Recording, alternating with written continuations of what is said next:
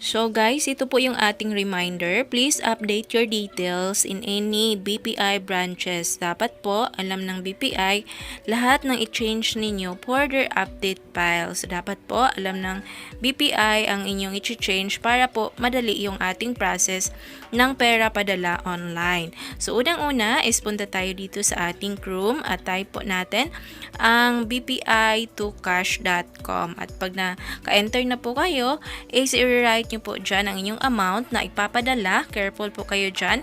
Then i-write, sabi dito is may 99 na deduction.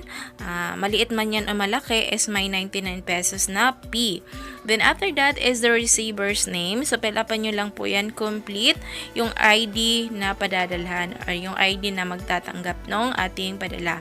And after that is the number of the padadalhan natin. O kung sino yung tatanggap, enter natin yung number at click natin yung certify. After that, select po natin iyang continue. So, balik tayo yun sa taas.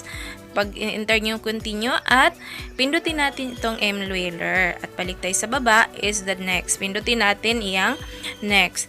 After that is the username of your BPI. Yan, username and then the password and then accept. Diba kung BPI user kayo, dapat alam ninyo niya yan. So, accept.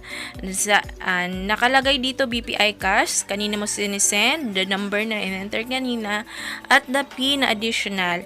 Then optional po ang email. Kung mag-send po siya ng resibo doon sa yung email. Doon sa baba, click po natin itong ating login. Pag naka-login na po kayo, is nandyan po yung savings account. And then click po natin itong pay using BPI. After that, is send niya sa inyo yung 6-digit na code. After that, check yung number. Kung hindi po yun yung number, doon po tayo magtatagal kasi dapat updated po kayo doon sa BPI na bangko. Then send po kung magkano ang iyong isend. And after that, enter mo po yung 6-digit at proceed na po tayo. Maka-proceed ka, sending proceed.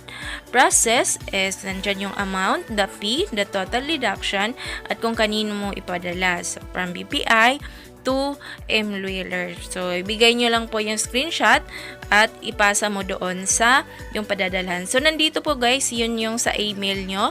Diyan po siya mag-i-email at na-receive nyo na po. So, guys, that's all for today's video. Ganun lang kadali ang pagpapadala ng money online.